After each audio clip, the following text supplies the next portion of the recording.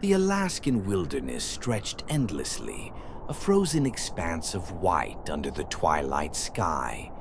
Snowflakes drifted lazily, swirling around Ethan Carter as he adjusted the lens of his camera.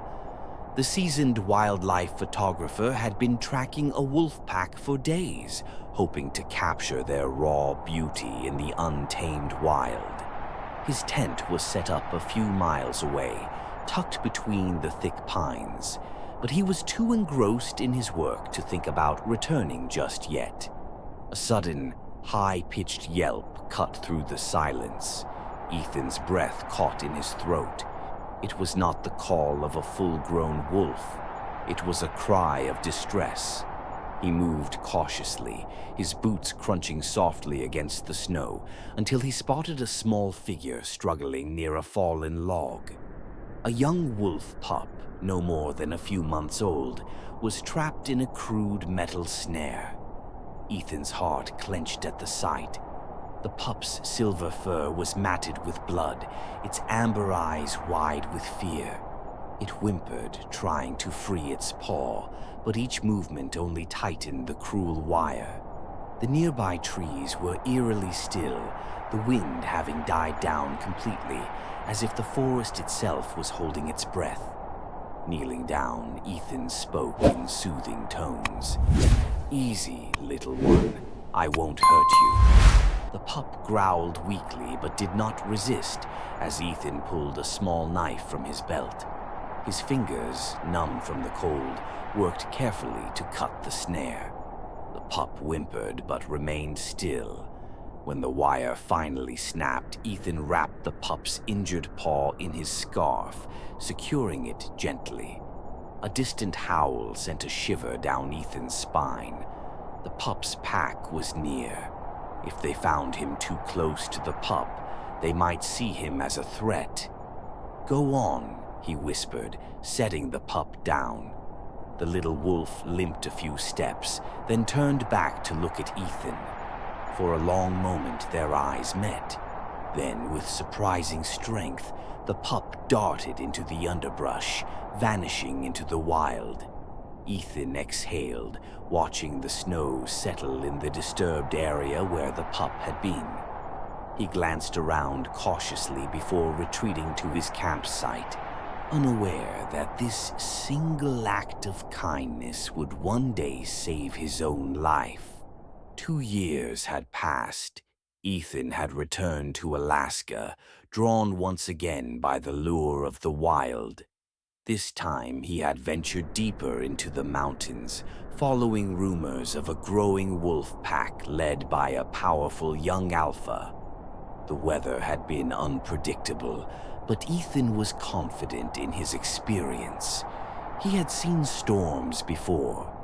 Yet, when the first gusts of wind howled through the valleys, he realized this was no ordinary snowfall. The blizzard came fast and merciless, a wall of white swallowing the landscape. Visibility dropped to nothing. His compass was useless in the swirling chaos. The cold gnawed at his bones, each breath painful. The weight of his camera bag felt like lead, his movements sluggish as he trudged forward, unsure if he was moving in circles. Panic set in. His mind raced with survival tactics. Find shelter, keep moving, don't stop. But where? The vast wilderness stretched endlessly in all directions, and he had no way of knowing if he was walking towards safety or deeper into danger. Then, through the thick snowfall, a sound reached him. A low, familiar howl. Ethan froze, his breath visible in the icy air. He turned toward the sound, barely able to make out a shadow moving through the storm. Golden eyes locked onto his. A wolf. Number the wolf. The same silver-furred pup, now fully grown, stood before him. The alpha of the pack. Ethan stared in awe, barely believing his frozen mind. The wolf tilted its head, sniffed the air, then turned, trotting purposefully into the storm. Desperate, Ethan followed. The trek felt endless. Ethan's limbs grew heavier with each step, exhaustion threatening to pull him under. The wolf never strayed far, pausing to ensure Ethan kept up. Whenever he stumbled, the wolf stopped, ears flicking impatiently as if urging him forward. Through the white haze, shapes began to take form: tall trees, a cluster of rocks, shelter. With the last of his strength, Ethan staggered inside a shallow cave. He collapsed against the cold stone, his breath ragged. The wolf stood at the entrance, watching him. Then, without a sound, it turned and disappeared into the night. Ethan didn't remember falling asleep. When he awoke, the storm had passed. The sun peeked through the trees, painting the snow in hues of gold. He stepped outside, searching for the wolf. But the forest was silent, untouched. Had it been a dream? His footprints in the snow told him otherwise. Beside them, unmistakable paw prints trailed away into the wilderness. A silent farewell. Back in civilization, Ethan shared his story with those who would listen. Some dismissed it as hallucinations brought on by the cold. Others, particularly the native elders, nodded knowingly. The wild never forgets kindness, an old hunter told him. You saved its life. It saved yours. A debt repaid.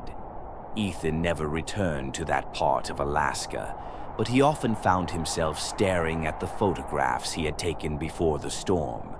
The vast landscapes, the piercing eyes of the wolves, and in every winter's wind, in every distant howl, he was reminded of the bond he had formed with the creature of the wild. A silent promise between man and beast that would never be broken. Years later, while on another expedition, Ethan found himself in the mountains once more. He wasn't searching for the wolf, but deep down, he hoped to see it again. One evening, as he sat by his campfire, he felt eyes on him. He turned slowly. A shadow emerged from the trees, a large silver wolf with golden eyes. The alpha, his wolf. For a long moment, they simply stared at one another. Then, with a slow, deliberate motion, the wolf lowered its head in what could only be described as respect. Ethan smiled. You remember? The wolf lingered a moment longer before retreating into the forest, its silhouette vanishing into the night. Ethan sat there, his heart full. He knew without a doubt that their bond would endure forever.